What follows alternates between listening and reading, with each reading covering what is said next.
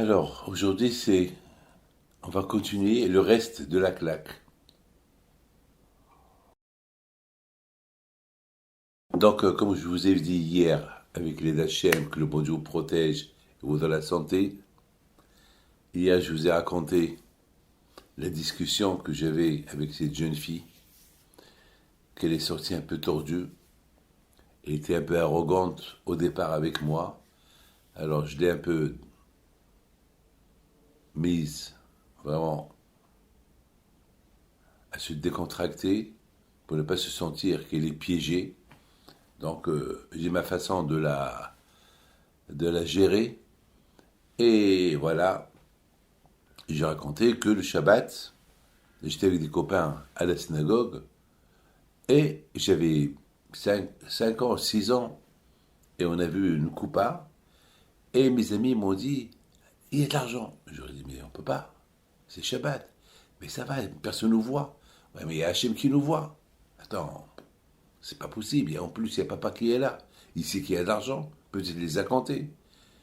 Et au moment donné qu'on pensait prendre ou pas prendre, papa il est rentré à la synagogue, il a vu ce qu'on faisait, il m'a donné une claque. C'est une claque que jamais j'oublierai.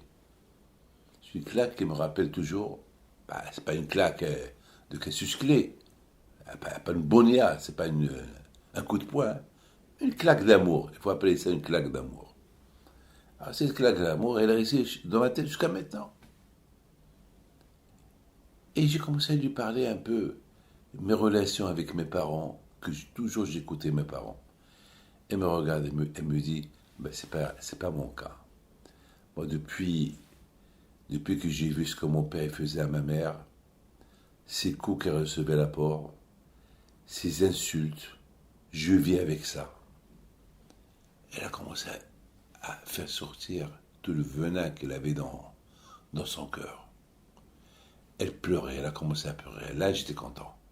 Lorsqu'on pleure, c'est qu'elle dégage les souvenirs. Elle dégage les souvenirs. Parfois, c'est bien de pleurer.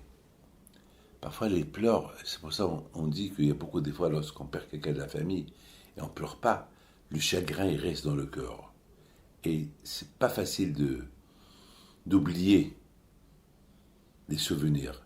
Mais lorsqu'on pleure, on dégage, pas les souvenirs resteront, mais les mauvais souvenirs, ils vont partir, et les bons souvenirs vont rester, et on va se sentir plus ou moins mieux. Donc, mes enfants, je continue mon histoire. Cette fille-là, je voyais qu'elle pleure. Ben, je lui dis, tu sais, ma fille, oublie le passé, ce que tu as vu ton père te faire. Mais regarde ce que ta mère, elle te fait. Regarde comment elle est gentille avec toi.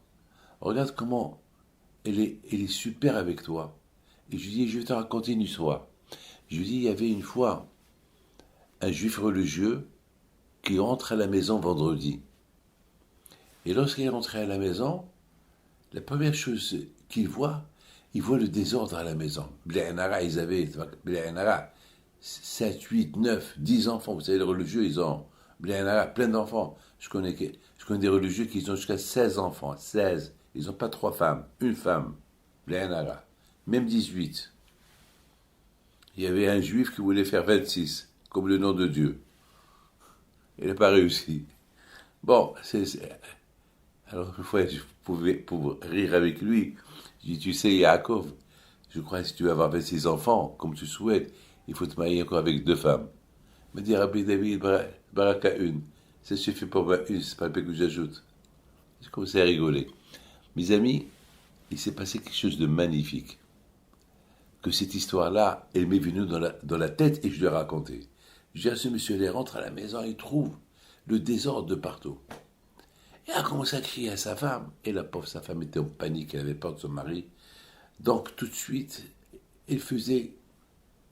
Le, la pauvre, elle lui dit, attends, j'étais seule, toi tu n'étais pas là, tu étais au travail. Tu as bien quitté le travail, ton travail à 1 heure. L'après-midi, c'est vendredi. Tu es parti étudier, tu vas être seul. Le vendredi, c'est les enfants, il faut laver la maison. J'ai pas de bonne, j'ai rien du tout. Qu'est-ce que tu es en train de me crier? Encore tu cries, mais tu es ça, et tu ne vois rien, tu es ça, tu es comme ta mère. Et encore la mère, encore la belle-mère, elle rentre dans l'histoire. Et tu es ça, et tu es ça, et tu es ça, et tu es ça. Et à la fin, bon, tout le monde se met au travail, ils arrangent les enfants, ils avaient peur, paniqué. La pauvre la femme, elle a subi la honte de sa vie parce qu'elle respectait son mari. Donc, elle répondait pas. Elle avait l'habitude de recevoir des reproches comme ça. Alors, lorsque le Shabbat, ils arrivent à la synagogue.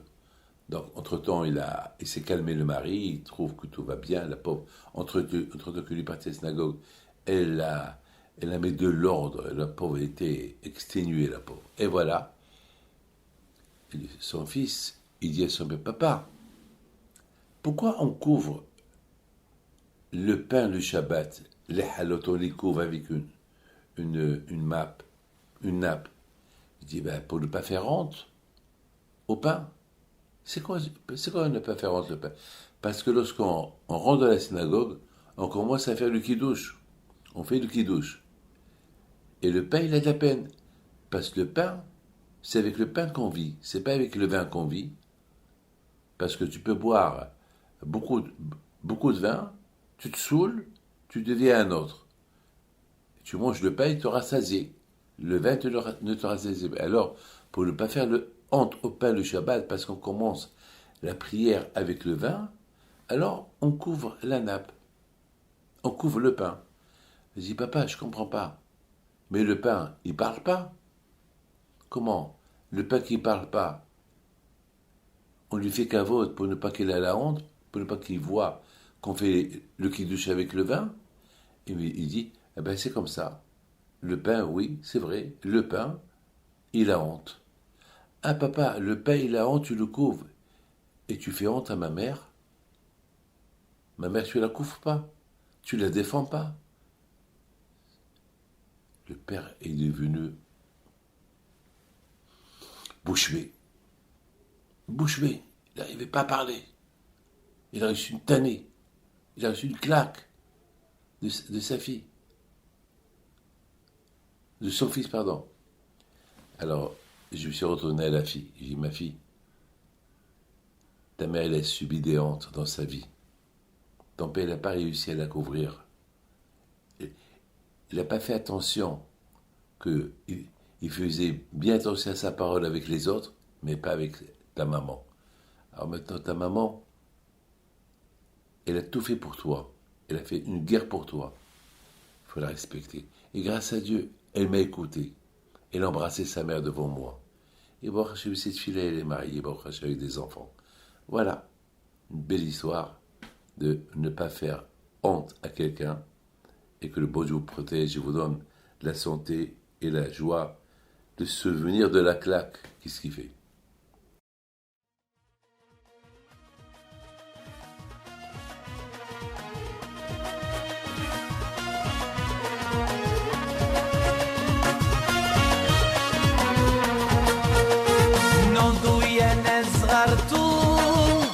على ربيعها يمكنتو وقف لنا زي خوتو يا وز خوت